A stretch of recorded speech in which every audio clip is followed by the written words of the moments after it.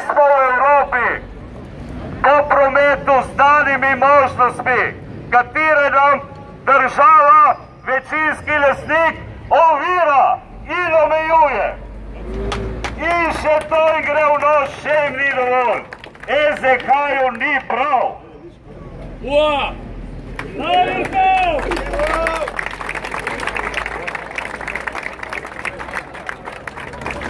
Naj omenim, da danes ob isti uri so protesti in stavke po vseh pristaniščih po Evropi.